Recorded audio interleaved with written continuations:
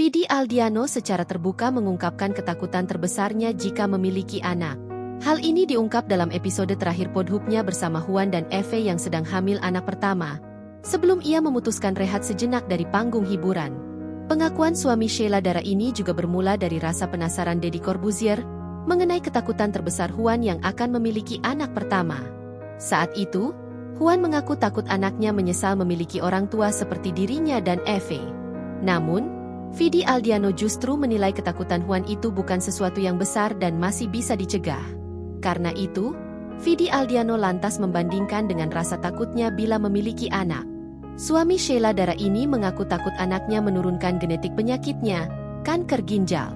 Sebab, pelantun lagu, Nuansa Bening, ini merasa hal tersebut sudah menjadi takdir dan tak mungkin bisa diubah bila benar terjadi. Gue takut kalau anak gue punya genetik sakit gue. Lah, udah gak bisa gue apa-apain, ungkap Vidi Aldiano. Sedangkan, Vidi menilai ketakutan yang diungkapkan Juan masih bisa diatasi dengan perbaikan diri. Tapi kalau lu, jawaban lu tadi itu tinggal akhlak lu aja dibenerin. Tinggal jaga aja anak lu. Tegas Vidi membuat semua orang tertawa.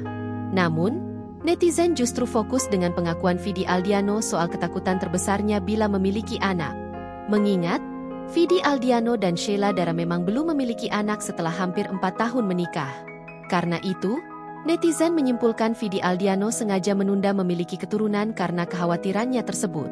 Meski begitu, warganet berharap kondisi Vidi Aldiano yang sedang memutuskan untuk hiatus segera membaik. Download Tribun X sekarang, menghadirkan lokal menjadi Indonesia.